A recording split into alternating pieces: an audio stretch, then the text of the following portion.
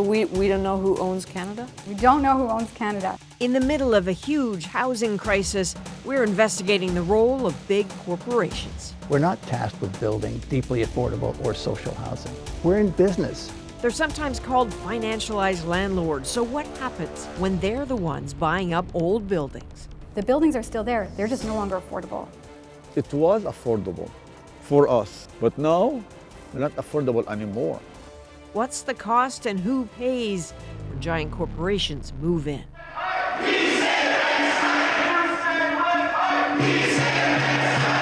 Not here, not now. Every time these renters protest what they call punishing rent hikes, this is the line they say they hear. Like carrying on with our will conference. DSP withdraw the above guideline rent increases? Sorry, I don't think this is in line with the police.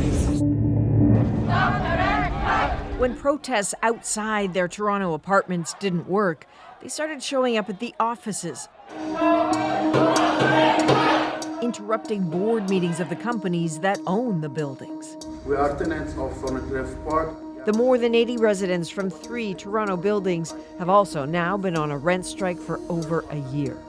Still, nothing seems to change, and something needs to change. Our landlord has appealed for big rent hikes that will force people out of their homes. Halil Alibi is at so many of the protests because he says for him, there's nothing left to lose. Every time when you go for a grocery, the first thing you think, not about the wallet, you think about the rent. He searched outside Toronto and still cannot find something he and his family can afford. And he admits sometimes his thoughts are extremely dark. A lot of homeless living at the park, and some of those huge tents. But honestly, just I speak to myself, oh, those people are lucky. They don't have pressure to pay the rent. For us, the rent is a pressure. Those people are lucky. They're living their life no rent. Imagine thinking people without homes might be better off. The Canadian reality is rents here have increased 22% in 2 years. Canada now ranks the lowest in terms of affordability of all the G7 countries. But why? Some believe a lot of it has to do with who owns the buildings and what they do with them. We're losing affordability. Martine August, with a PhD in planning, has been chasing those facts for years. We ran the numbers in Toronto and found that in 2020, for example, financial firms bought 90% of all the rental housing units that came up for sale. And so they're really consolidating ownership. August says in Canada, the biggest financial firms own close to 400,000 suites across the country. That's nearly 20% of the purpose-built multi-family rental units, and she thinks that might be an undercount. So big firms own rental buildings. So what, you ask? Well, Martine August isn't talking about companies that own and run rentals as their full-time business. She's using the term financialized landlords, firms with investors that buy up housing stock as an investment, large private equity firms, real estate investment trusts. We're talking about Starlight Investments in this story because that is Halil's landlord, but there are many others. And what worries some is that these financialized landlords tend to buy up older buildings with lower rents. We're talking about affordable housing.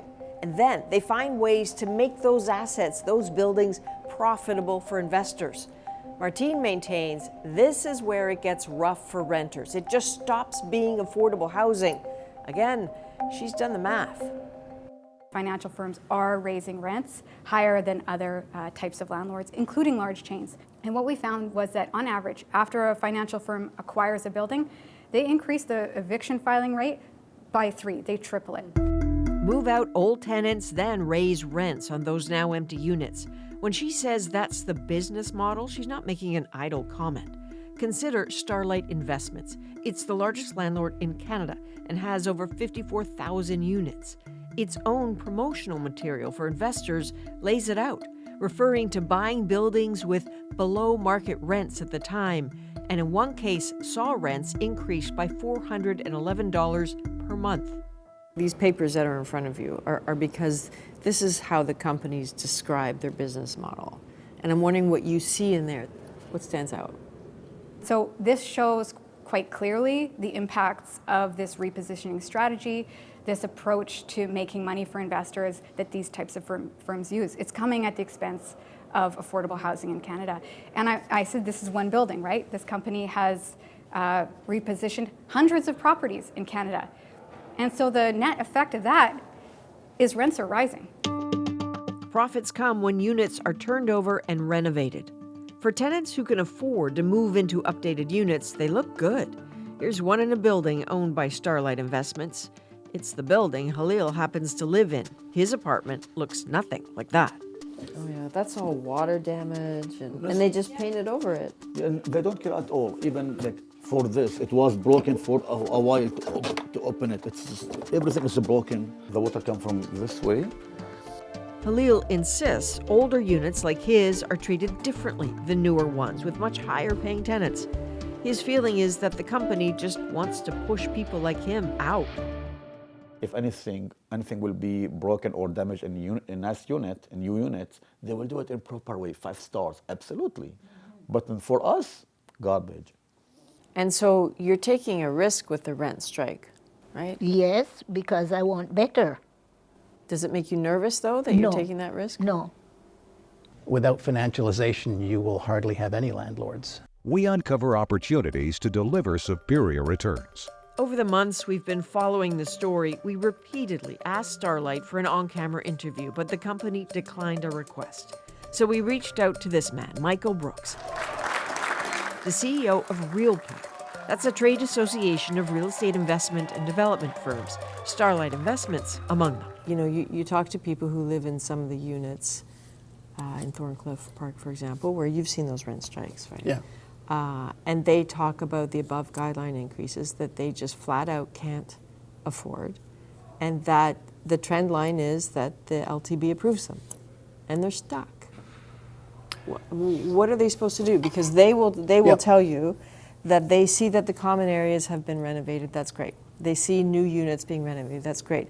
But their cabinets are falling off the walls, and they've got water damage, and they've got holes, and they can't get anyone in to fix them, and yet they're paying the above guideline increases. Yeah. The frustration builds, right? I personally doubt a lot of those stories from the big landlords. Remember, when you I've been in those units. I've seen them, and I've sat with them. So in the big landlords run their apartment buildings with a ticket system. If you've got a complaint, you fill out a ticket.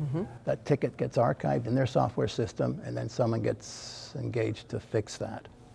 So that's the way it should run. Supposed to work. That's the way it's supposed to run in the larger buildings.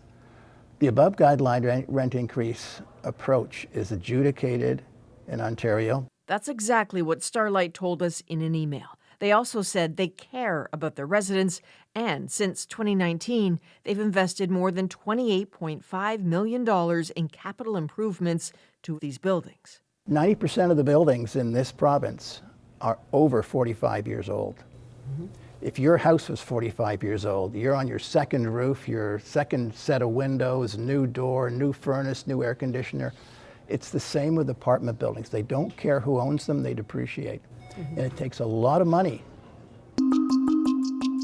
Another building, and this building, and this building, and all the area, it was affordable for us. But now, not affordable anymore. For us to leave from here, there is nowhere to go. What can we do? Halil points to 3 buildings now owned by Starlight Investments, including his own. The money landlords say is needed, tenants like Halil say shouldn't come from them. 100% sure if they will take that easily from us, they will bite again and again and again. They will keep going. That's why we try to make ourselves close and stick together. Here's another number Martine August wants you to consider, 550,000. She says that's an estimate of the number of affordable housing units in Canada that have simply vanished over the course of a decade. Where'd they go? Well, the units themselves still exist. They're just no longer affordable, have been turned over, are now priced out of reach. So just as Canada brings in more people and talks about building more affordable housing, the reality is units that already exist are slipping out of financial reach. I think people watching this know exactly how that looks when they go searching for an apartment and can't find anything within their price range. The buildings are still there, they're just no longer affordable. This is a neighborhood in Toronto that has historically provided a lot of affordable housing. This is Parkdale. It's also where 10 years ago, Martine August began studying the housing crisis. There started to be a change that I noticed around 2014 when firms started to buy up properties in this neighborhood and start to sort of forcibly gentrify entire apartments. And these were financial firms. And by gentrify, what do you mean? Because some people will hear that word and think, oh, they're improving them. We're standing in front of one of the first buildings where this was happening. This building was bought by a firm in 2012. And what they started to do was get units empty. They were doing all sorts of aggressive property management strategies. So turning off the water, turning off the electricity, engaging in really noisy and disruptive construction projects that were kind of driving people crazy, ripping the balconies off, and trying to push people out. If Martine can pinpoint the change to the 90s, what was happening? Well, it turns out the federal government stopped investing in subsidized housing in 1993. And then, in 1997, Ontario introduced something called vacancy decontrol. It meant once a unit was vacant, landlords could increase the rents however much they wanted. Big incentive to get people out of units.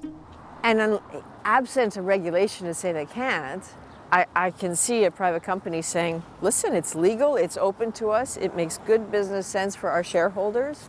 Why not? You're really underlining why we need more regulation to prevent this kind of thing. Why not? I mean, it's violating the right to housing. Fight! Housing is the right. The right to housing. You may have heard that phrase again and again. In 2019, Prime Minister Justin Trudeau announced that housing would be considered a human right in Canada.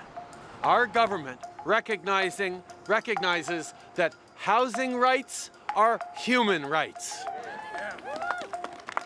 Everyone deserves a safe and affordable place to call home.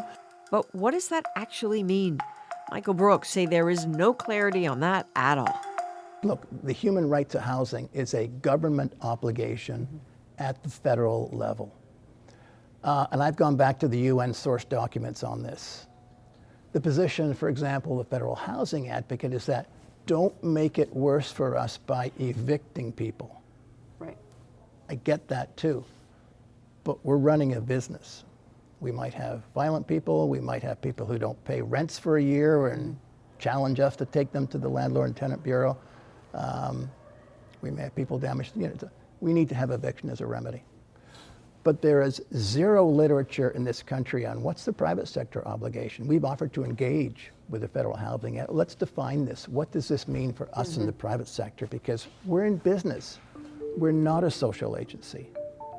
We're not tasked with building deeply affordable or social housing. We can't be there. We're in business. Let's draw a line between these two. You do this, government, we do this. That's it. So here's where Michael Brooks and Martine August agree. If you want affordable housing, governments have to get involved again. But for Brooks, making it tougher for private industry to invest in Canada's housing market would make the crisis worse. I would imagine the only thing that makes large corporate entities move out of the space is that it's no longer the sort of climate where it makes business sense to be here. Yeah, but who's going to buy the units then? Who's going to buy these buildings? This is a multi-trillion-dollar asset class. Who's going to write that check? Mm-hmm. And after that, who's coming to this country to build anything with that kind of a, I've called it Marxist, the scent of Marxism. I mean, you want this to be East Germany in the 60s? There you go. Have them nationalize it.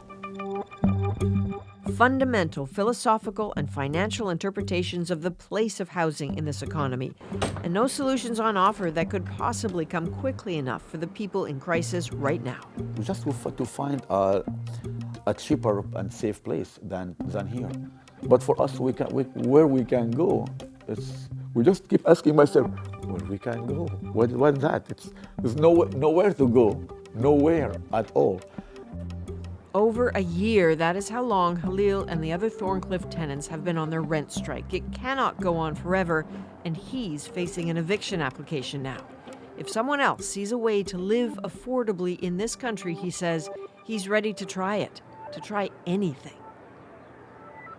Hey there, thanks for watching. So we're going to keep digging into Canada's housing crisis for you, so please make sure to subscribe. And if you want to find out more now, here's a playlist of our latest reports, including an investigation into what's behind a steep rise in so-called own-use evictions in Ontario.